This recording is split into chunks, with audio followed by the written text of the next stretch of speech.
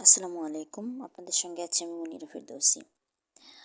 আজকে আপনাদের সামনে নিয়ে এসেছি বাংলা সাহিত্যের প্রখ্যাত ঔপন্যাসিক শরৎচন্দ্র চট্টোপাধ্যায়ের শ্রীকান্ত উপন্যাসটি। এই উপন্যাসের শুরুতেই বলা হয়েছে এটি শরৎচন্দ্র চট্টোপাধ্যায়ের শ্রেষ্ঠ সৃষ্টি। ভাষার ইন্দ্রজাল বিচিত্র রস সৃষ্টির ফলে শ্রীকান্ত উপন্যাসে শরৎচন্দ্রের শ্রেষ্ঠ শিল্প নৈপুণ্যের প্রকাশ ঘটেছে।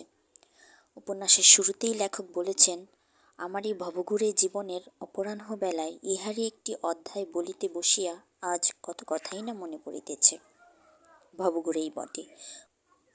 উত্তম পুরুষে রচিত উপন্যাসটিতে শ্রীকান্ত জলে ভাসা শ্যাওলার মতোই ভেসে ভেসে চলেছেন। কখনো কোথাও কোনো কাজে বা কোনো কিছুতে থিত হতে পারেননি।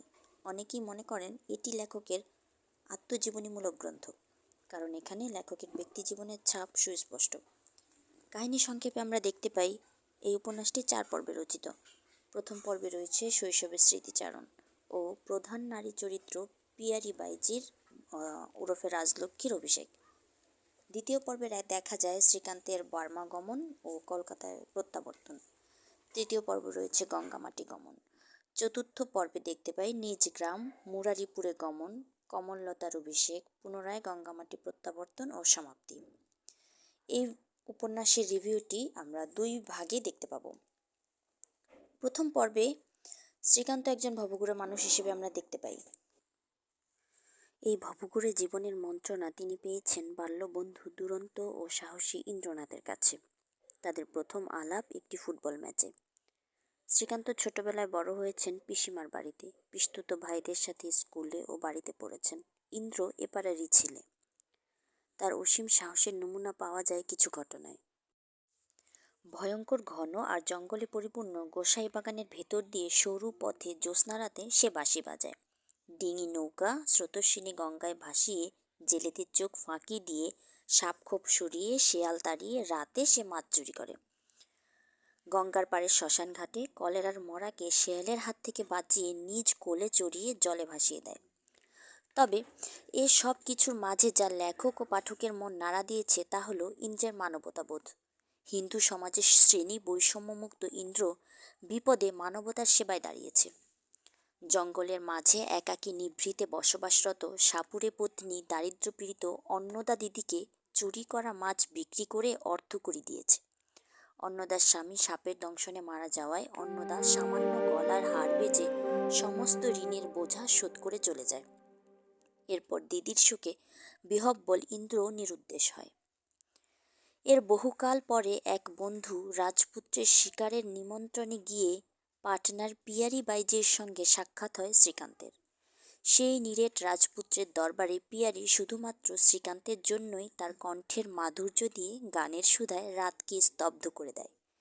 এখানে নানা ঘটনার মধ্য দিয়ে শ্রীকান্ত আবিষ্কার করে এ পিয়ারি তার নিজ গায়েরই মেয়ে রাজলক্ষ্মী। তারা একই পাঠশালে পড়ত। রাজলক্ষ্মী তাকে বৈচি ফলের মালা গেঁথে দিত। এ পর্বেই শ্রীকান্তের সন্ন্যাসব্রত পালনের চিত্রও দেখা যায়। পরবর্তীতে অসুস্থ হয়ে পড়লে রাজলক্ষ্মী তাকে শুশ্রূষা করে সুস্থ করে তোলে। শ্রীকান্তের প্রতি এখানে তার নিবিড় ভালোবাসা পরিলক্ষিত হয়। এর মাধ্যমে প্রথম পর্ব শেষ হয়। দ্বিতীয় পর্বে আমরা দেখতে পাই শ্রীকান্তের বর্মাগমনের চিত্র। তার মা জীবদ্দশায় তার এক আত্মীয়াকে চিঠি লিখেছিলেন এই বলে যে তার কন্যার জন্য আর কোথাও কোনো সুপাত্র না পাওয়া গেলেও তার নিজ পুত্র শ্রীকান্ত রইল। এই আত্মীয়ার কন্যাকে বিয়ে করার হাত থেকে এক প্রকার বাঁচতেই শ্রীকান্ত বর্মায় পাড়ি জমায়। যাত্রাপথে জাহাজ প্রচণ্ড ঝড়ের কবলে পড়ে। পরিচয় হয় নানান রকম মানুষের সাথে। এখানে অভয়া ও তার রোহিণী দাদা উল্লেখযোগ্য চরিত্র। অভয়া নামটির সঙ্গে অভয়া নারী চরিত্রটির বেশ যোগসাজশ রয়েছে। অভয়া তার বর্মায় রেলওয়েতে চাকরি করতে আসা নিরুদ্দেশ স্বামীর খোঁজে রোহিণী দাদাকে আশ্রয় করে বর্মায় যাচ্ছে। বর্মায় তখন প্লেগ রোগ দেখা দিয়েছে। সাবধানতাবশত বহিরাগতদের কোয়ারেন্টাইনে থাকতে হবে। শ্রীকান্ত ডাক্তারের কাছ থেকে ছাড়পত্র পেলেও অভয়াদের সাথে তাকে কোয়ারেন্টাইনে যেতে হয়। এই সময়ে সে অভয়াকে নানা রকম বিচার বিবেচনায় ফেলে বুঝতে পারে মেয়েটির মধ্যে কোনো প্রগল্ভতা নেই।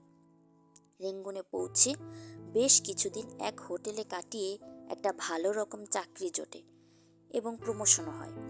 এই হোটেলে থাকাকালীন সময়টায় সে দেখে যেসব বাঙালি দেশে জাত নিয়ে গর্ব করে এবং ছোঁয়াছুঁয়ির প্রচণ্ড বালাই যাদের, তারা এই বিদেশ বিভুঁইয়ে নিচু জাতের সাথে এক প্লেটেই খাচ্ছে। এখানে যেন পেটের দায় এবং টাকা রোজগারটাই বড় বিষয়।